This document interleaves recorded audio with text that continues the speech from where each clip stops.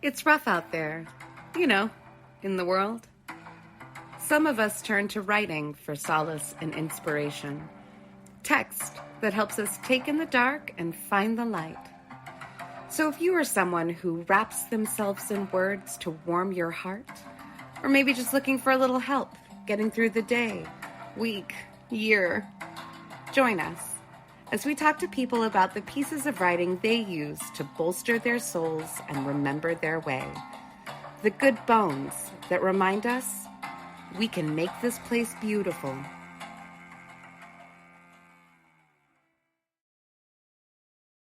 Hello, and welcome to Finding Good Bones, a podcast that looks for the light while sitting with the dark through words. Good. I feel like that was a Google Translate of how I normally introduce the show. We've replaced Kate with AI. It was only a matter of time. Oh man, I will say one of the best compliments I ever got was that I reminded somebody of Data from Star Trek. They were like, watching your mind work is like watching the android on Star Trek. And I was like, this is one of the best things that anybody has ever told me. So yeah, hello and welcome to Finding Good Bones, a podcast all about the writing we turn to help us sit with the dark as we look for the light. I am here with my I'm Kate. And I'm here with my co-host, Amy. Amy, what are you reading right now? Oh my God. Okay. Once again, there's a lot going on in my life, some of it very stressful. So I'm rereading yet another of my favorite fantasy series. Is this contemporary fantasy series? Okay. It's the Mercedes Thompson series by Patricia Briggs. It's awesome. They're like 12 or 13 of them. Yeah, but I just want to say this is a new reread for you. Oh, since we've been on here. Not like in life, clearly, because it's a reread, but like this is, you've brought us several rereads, which I'm a big fan of. Uh-huh. But this is the first time you've brought us this reread. I can't even tell you how many times I have reread it outside of this. So, but just started it. It's good bedtime reading because now that I know what happens, unchallenging. It doesn't make me feel sad or scared. Yeah. All good. But it's new to us, right? New to you. I recommend it. And you?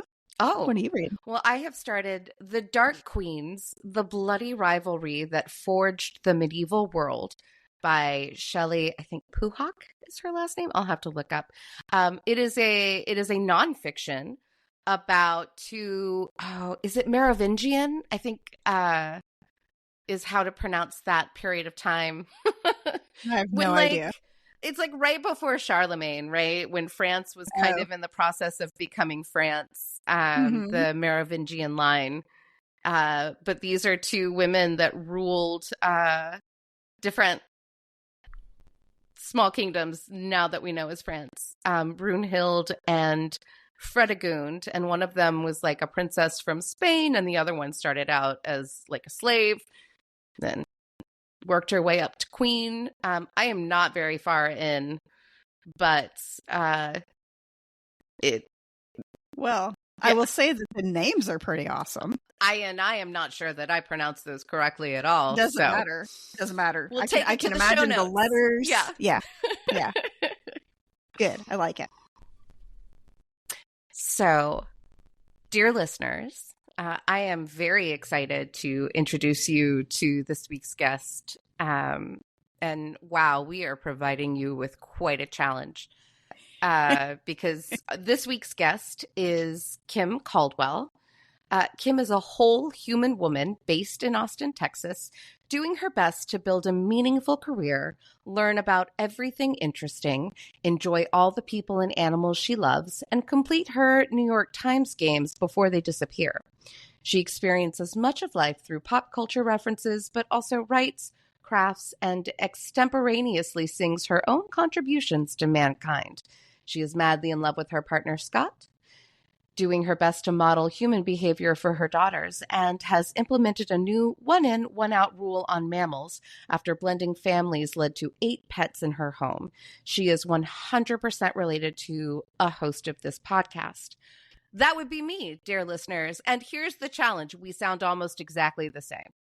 So this will be a fun adventure in deep listening, or I guess just picturing one person talking a lot. Either way. I guess one of us could speak in an accent. Hello, Kim. Welcome. Hi. Hi. Oh, if it's any help, my lungs are so bogged down with drainage right now that I might provide some like phlegmy vocal fry to help folks slightly differentiate. Thank you for bringing that. Yeah, let me be the first to thank you for bogging down your lungs. Well, I can't. I mean, I was told to stop stealing someone's life, and that could include the voice. Dear listeners, it was mine. You stole Kate's life? No. It may seem that way since she is a living human separate from me. We are two corporeal beings. Yeah. Yeah. Not me doing Kate and myself because I stole her life. This is not the reveal that this podcast has been. No. Like this is not the M. Night Shyamalan. The twist. And yeah. The twist is Kate is just one of Kim's personalities because Kim consumed her whole because she wanted her sister's life. No. I like to think of myself as inspired by Kate rather than all consuming of Kate. Yeah, love it. Dear, I think that's a lovely way of putting it. Dear listeners, we are 19 months apart, and it can be a challenge to be very close in age and interested in similar endeavors, especially around high school age is when that phrase got bandied out quite a bit. The stop stealing my life. But, I think last week we really talked a lot about, or not last week, but last episode, I think we talked quite a bit about extending grace to people when they're not at their best. And that was certainly high school for me. One Kate Caldwell. So and your prefrontal cortex wasn't even fully formed. It wasn't even fully formed. I don't feel like you should be accountable to it in like a legal way, just in an I'm your little sister and I'll never let you forget it sort of way. Right. Just in a familial guilt sort of way. In a public shaming on a podcast sort of way. But it could be worse. I could be the little sister who took a shower instead of taking you to the ER. So really just trying to steal your life seems really chill. She at least didn't she did blow dry her hair. Anyway, dear listener, Kimberly, what have you brought us today? I have brought Peter Pan by Patty Griffin. Hey, Peter Pan, I'm going home now. I've done all I can. Besides, I'm grown now. I'll think of you, all painted with the night. You sit and watch from somewhere as one by one the lights go out. I wrote a note to tell you how you matter. When the rain came down, all the letters scattered and washed away, drifted off to never, where you'll be safe from me now forever. I believe you now when you say that this will hurt, so I don't have to go and play with you in the dirt. Hey, Peter Pan, I'm going home now. I'm all grown up. You're on your own now. I'll think of you all painted with the night. You sit and watch from somewhere as one by one the lights go out.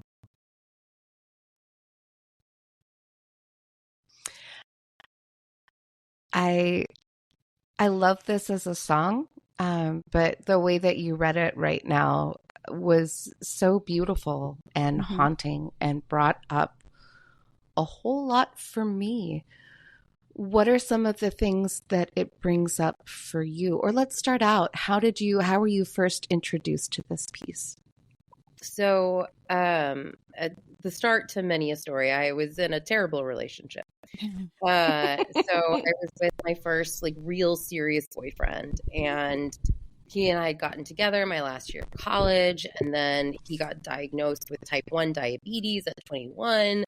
And like it was his mom hugging me for the first time in the ICU saying, he'll get through this because of you. And then me being so unhappy for another 9 months. Yeah. Maybe longer.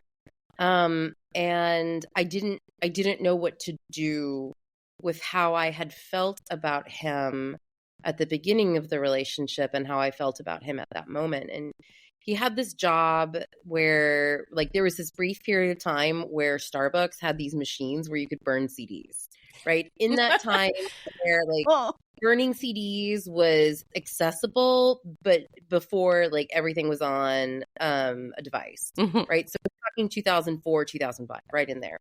And so he burned me this Patty Griffin CD and gave it to me. And we'll come back to that in a second. And I listened to it and it was fun. I liked Patty Griffin. And then one night I was coming home and there was just 1,000 things on my mind. And I was sitting and this song started to play and I heard, "Hey, Peter Pan, I'm going home now." And it just hit me in the chest that I needed to go. I needed to leave. I needed to end that relationship. I couldn't pretend anymore that I hadn't outgrown it. And I couldn't let, right, that "I'll think of you" all painted with the night. Like that promise of I promise I'll remember, and I wrote a note to tell you that you matter. And knowing, right, the rain came down, all the letters scattered, that it wasn't going to matter to him, that he mattered to me, because I was going to have to tell him that our relationship was ending.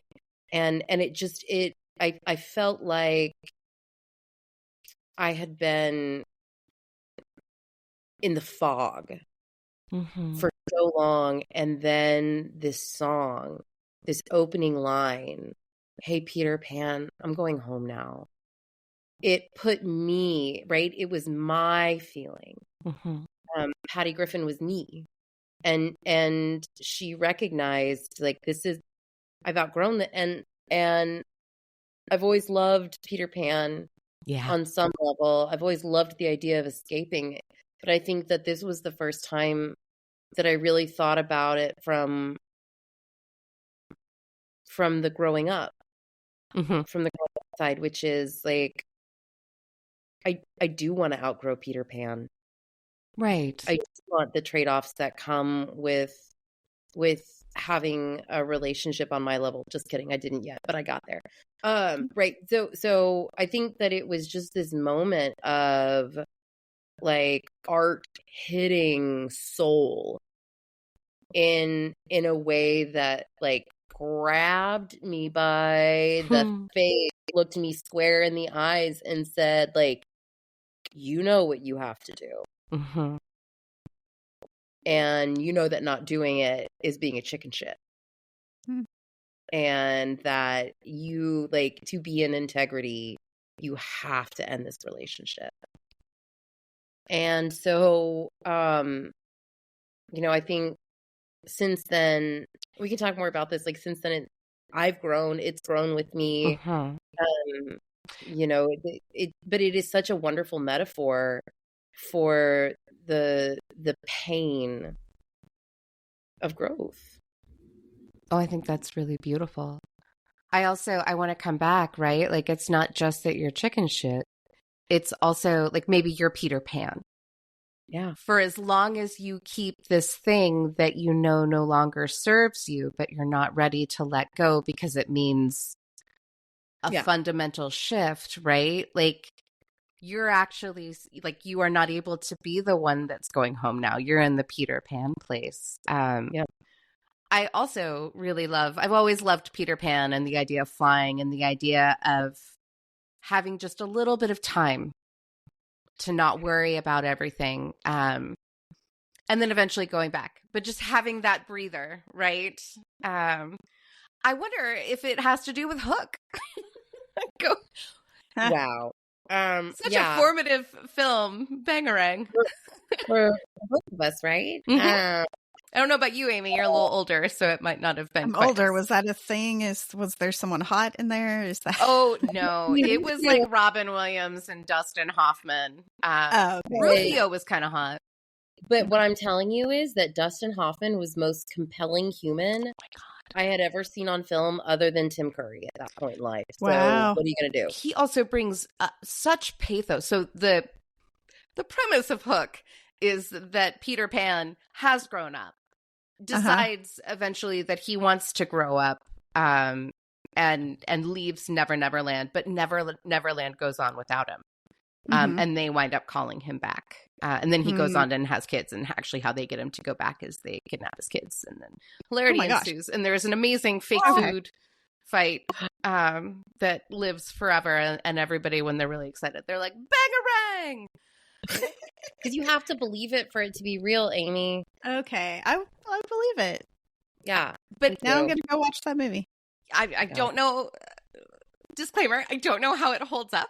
I have not seen it in a long time, but I was deeply in love with it as a child. And that idea, actually, Kim, I think you touched on it, right? All it takes is believing in it for it to be real. And I do think one of the hard lessons that we learn as we grow is that believing in it actually isn't enough for it to be real, right? And sometimes you realize that you've kept going through the motions even though you've stopped believing. Mm-hmm. And I think that's so much where I was in that moment. I was over it. Mm-hmm. I was so over it, and I was so afraid to experience the break. I was so afraid of causing hurt to someone who I cared about. Yeah. But at some point, you have to stop breaking your own heart every day by breaking one person's heart who you care about. Yeah. Mm-hmm. And, I'm still, that breakup happened. Other relationships happened, and I got divorced.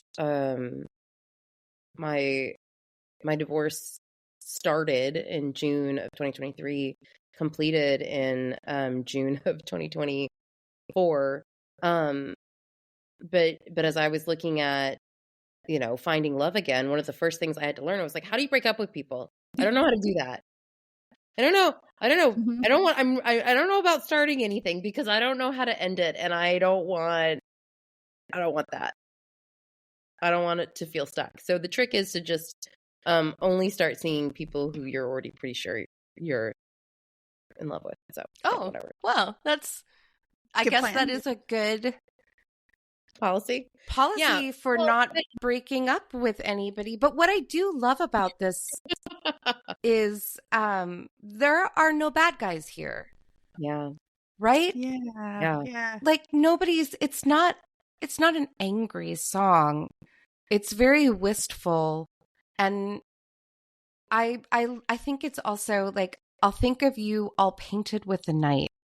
Like the remembering fondly, right? It's not just that she's going to think of him. She's going to think of him in the best way possible. Like she's choosing to remember him, not at the end when she felt she'd outgrown him, but at the time that this felt right. And I also love, I wrote a note to tell you how you matter. And actually, I think I interpret that a little bit differently than you do. When the rain came down, all the letters scattered and washed away, drifted off to never. I see that as actually she wrote them away, right? Like she's gone home.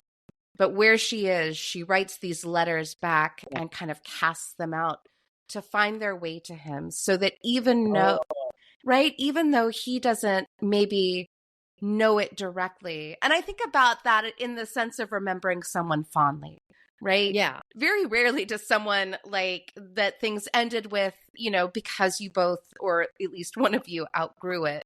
Like, you don't often get the chance to be like, hey, just so you know, I remember you fondly. And so I think of it as like kind of the thoughts that we have about the good thoughts that we have and the well wishes that we have for that person that we don't necessarily get to give them directly, but like putting out into the world. Right. Right. And that is a beautiful way of thinking about it when you have done the work of actually breaking up with them. Mm-hmm. Or I love it. I love that your key to never breaking up with somebody is to never just like fall in love and just don't stop doing it. Because my key to never breaking up with anybody is don't get started. Yeah. Well, that's yeah. Two sides of the same coin. I've seen that.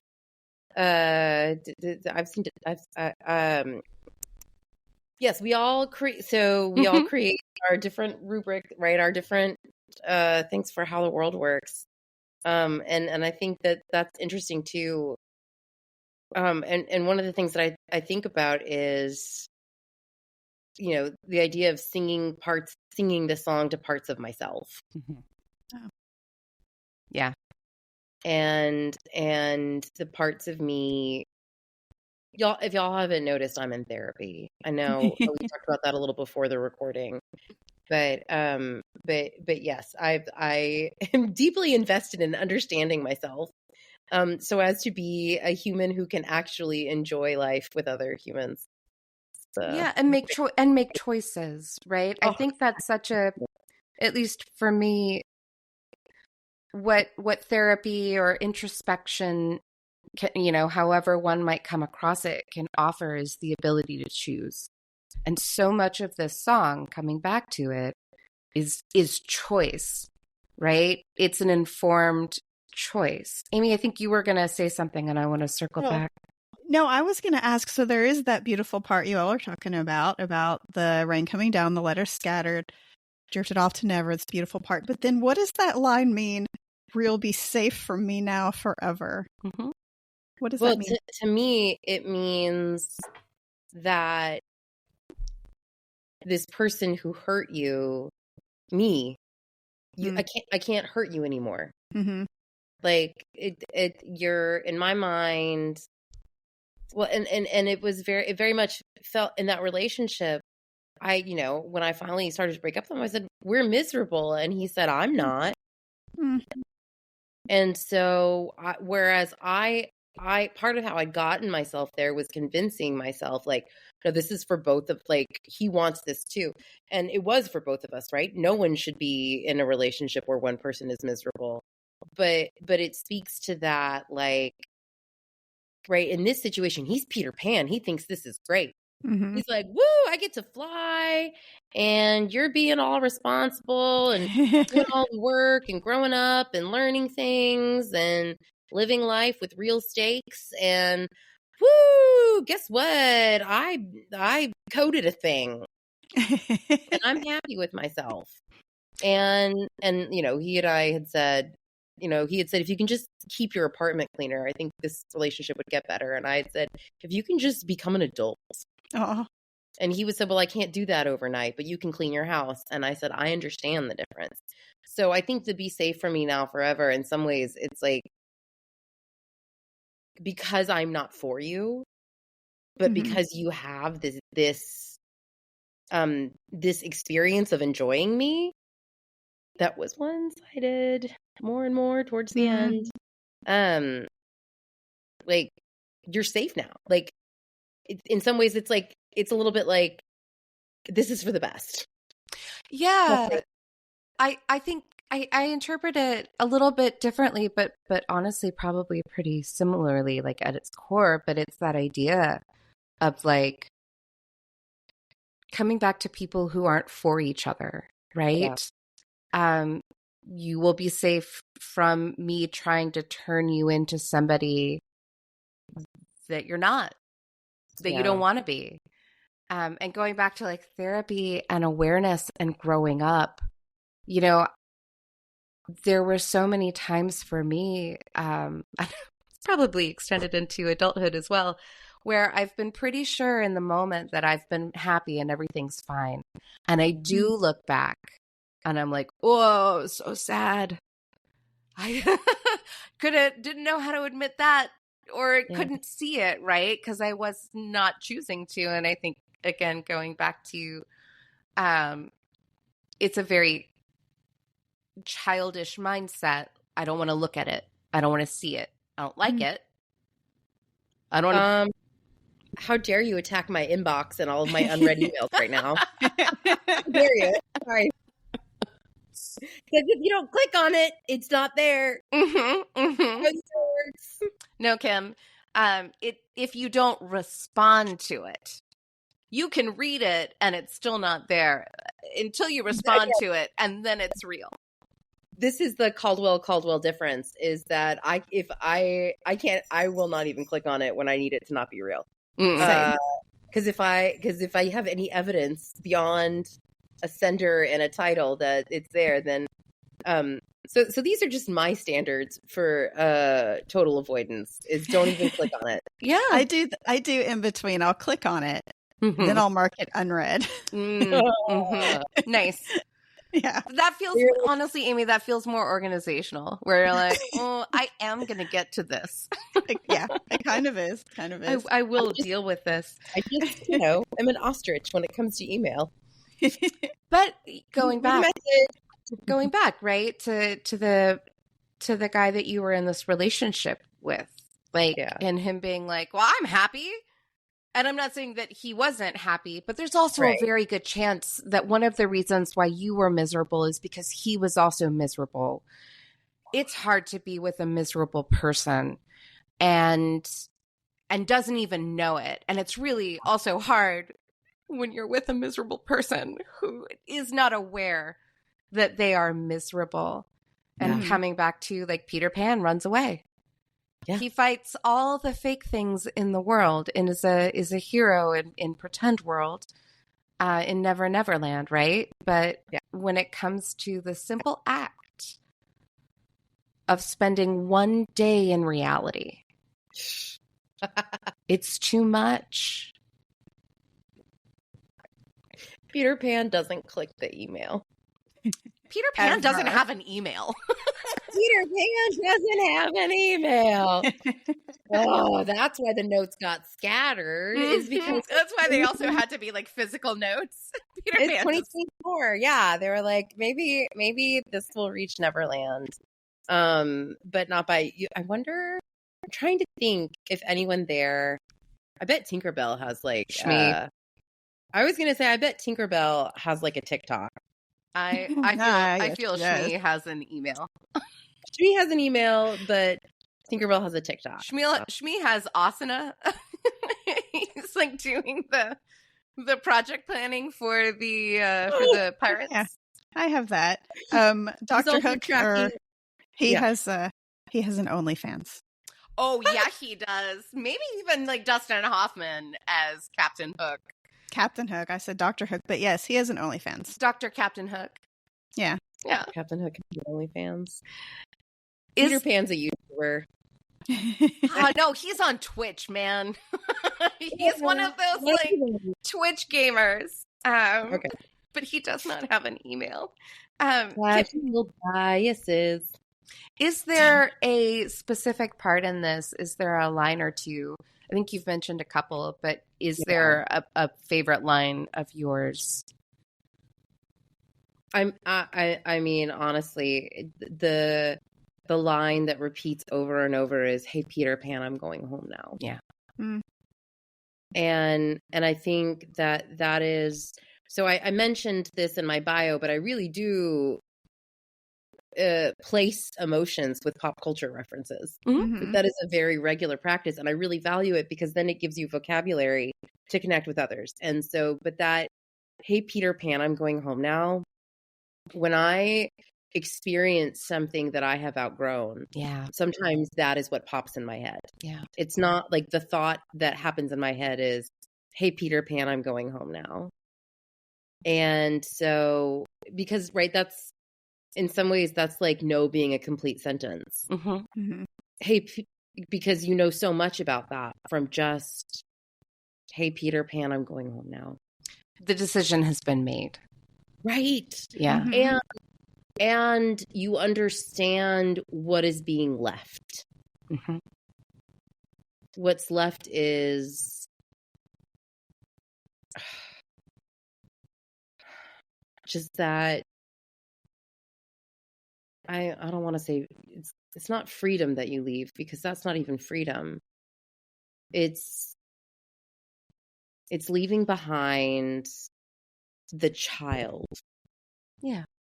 That isn't who you need in that moment.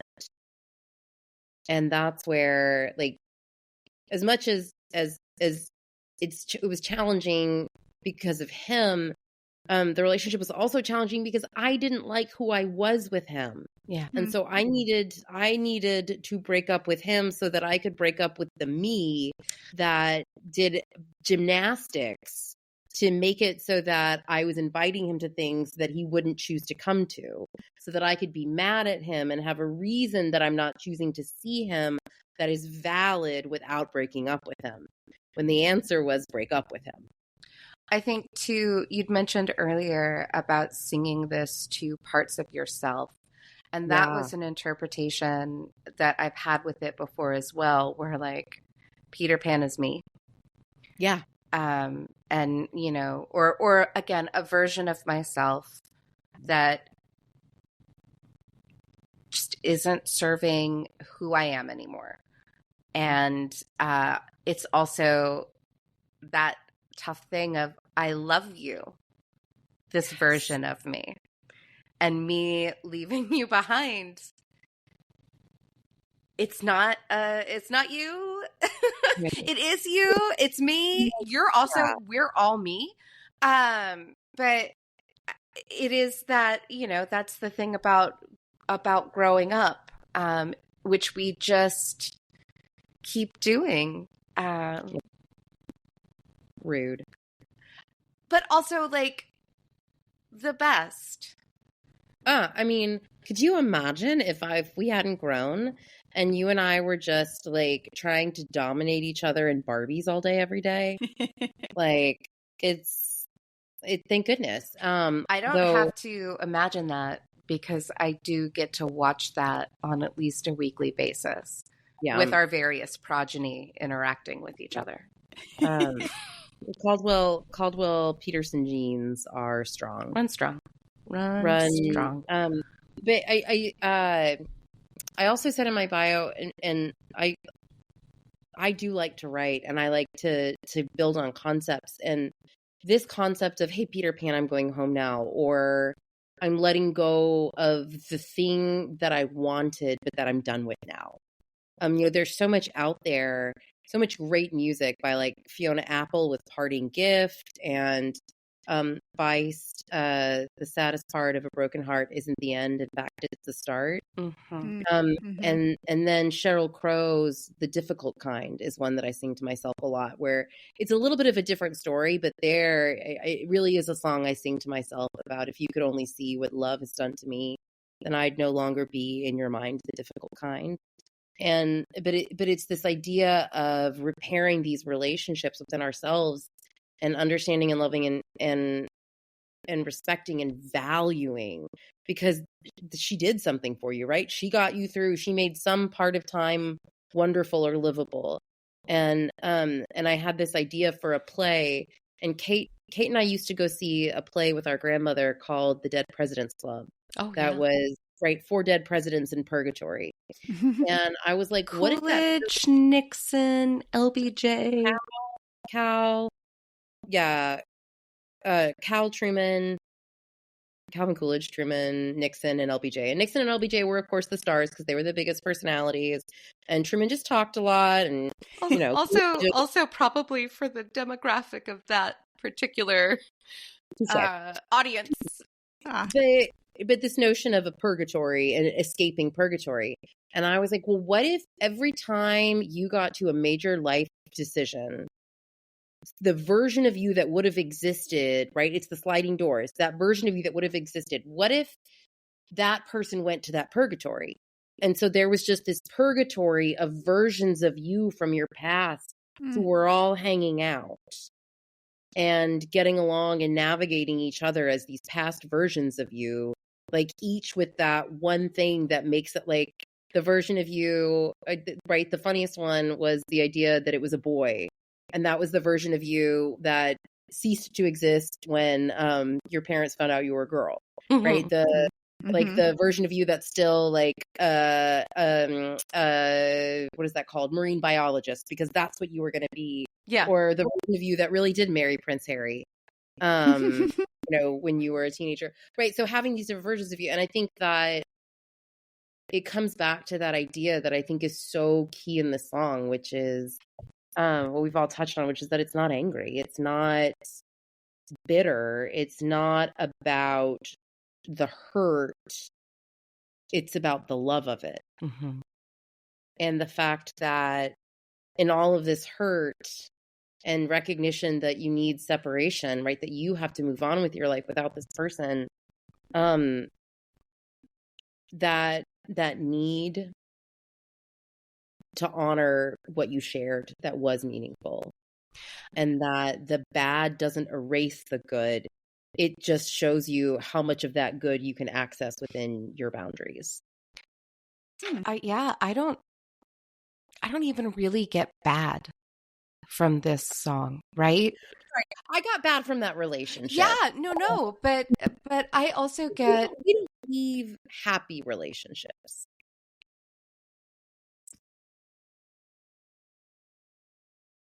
Yeah. Anyway, I'll just say like or if it's a happy relationship but with an unhappy person. Yeah. Or I think the other thing is, right, the terms of the relationship can also really things, but yeah. What I also get from this, and it's not explicitly stated, but it does feel like there's a gratitude, and that perhaps this relationship is what has allowed for the growth to move beyond it. I'm curious, Amy, this is your first introduction to the song, yeah? Yeah. Is there anything, or kind of what were your first? So melancholy. You said, Kim, that "Hey Peter Pan, I'm going home now" is the thing that repeats in your head. The thing I'm sitting here is think of you all painted with the night. You sit and watch from somewhere, and then as one by one the lights go out. That one I'm sitting here with my head turned so that I can look at where I have it on my screen, and I just keep rereading those lines right there. I don't know. I'm going to go and listen to this song. I always try, if someone brings a song, if I don't know it, to not listen to it first. So after this, I'm going to have to go listen to it, but it feels so melancholy. Yeah. In a good way? Yeah. Yeah. Oh my gosh. I will say my younger daughter already has my bittersweet. And so we listened to, in rapid succession, the Happier Than Ever of Billie Eilish, and then the cover by Kelly Clarkson, and then the Billie Eilish again, and then the Kelly Clarkson again, and then I cut her off. Because she would do that forever. But I like, again, one version of my life that may or may not happen. I want to write a book of essays about these like songs that grab you and say, get it the fuck together. Like, you, like, they speak such truth that you can't look away. And you're just like, how dare you, music? How dare you make me feel present with myself in a way that I can no longer obfuscate my situation. Like, I can't even use obfuscate and other long words to get out of this because this isn't about words. This is about the cardinal direction that you've provided me. about accountability to yourself Mm-hmm. and integrity. And I think I have been in relationships with people where I have ended up out of my integrity. And to me, I think, Amy, I relate so much to that first part, because to me that's the accountability. Mm-hmm. And then the second part is is that promise, Mm-hmm. right? It's that promise of, I promise I won't waste what you shared with me. I promise to value Mm-hmm. what you gave me that was authentic. Mm-hmm. But you'll be safe from me forever. You'll be safe from me forever. Like, you won't have to experience this disappointment again because I'm removing myself. Yeah. I mean, one thing I really like about this is as one by one the lights go out is important, and normally lights going out, bad thing. And then the rain scattering stuff, bad thing. But in both cases here, they're such hopeful things. Yeah. It's the lights are going out because they're supposed to go out. Mm-hmm. The rain is scattering everything and washing it away in a clean or, Mm-hmm. kind of emerging sort of way. I completely, I love that. I love what you picked up in that. I completely agree. Yeah. And I think, we could also do an entire podcast series of these themes and Taylor Swift songs. So Kimberly, we could do a series on this with Patty Griffin songs. Like, No, it's every single song. Yeah, every single Patty Griffin song. Because I have memories of, I don't know if you've heard the You Are Not Alone, of just like being alone at my office when I was pregnant with my second kiddo and just sob crying at my desk because I really needed to be reminded that I wasn't alone. Oh. Aww. But that's again, like with Patty Griffin, but also Taylor Swift, like, I feel like I read these lyrics and I get a feeling in my chest and I close my eyes, and there are so many other songs I could be singing too where it hits that same nerve of like, man, I don't want to disrespect what we had, but we can't have it anymore. But I think what's special about this song, from the way that you described it, there are songs that tap into what we're feeling in a moment. But this, it sounds like, was a song that actually gave you a direction and it named the action that you needed to take. And I think that's really special. And a little bit different from just like, oh, struck a nerve, right? Like, this didn't just strike a nerve. This gave you a bit of a roadmap and permission to take a step that you'd been needing to take. Yeah. And even the vocabulary to understand my own experience. Like the "Hey Peter Pan, I'm going home now." I've said that now 57 times. I'll count. Don't worry. Thank you for the show notes. So when you say like, "Hey Peter Pan, I'm going home now," that is like, hold on, we were talking about the way that the song makes you feel and the way that it gives you vocabulary. Suddenly I got it. Not only did I have vocabulary, but I had a story to put myself in. Mm-hmm. I was like, I've been thinking of myself as I've not been thinking of myself as Wendy, but if I think of myself as Wendy, that, I think, Kate, that speaks to that roadmap, right? Mm-hmm. Because like, again, I don't know, this is about stories, but I don't know how much we talk about archetypes and meta stories and those kinds of things. But it was like, once I could find my character arc and really understand and relate to it, like having that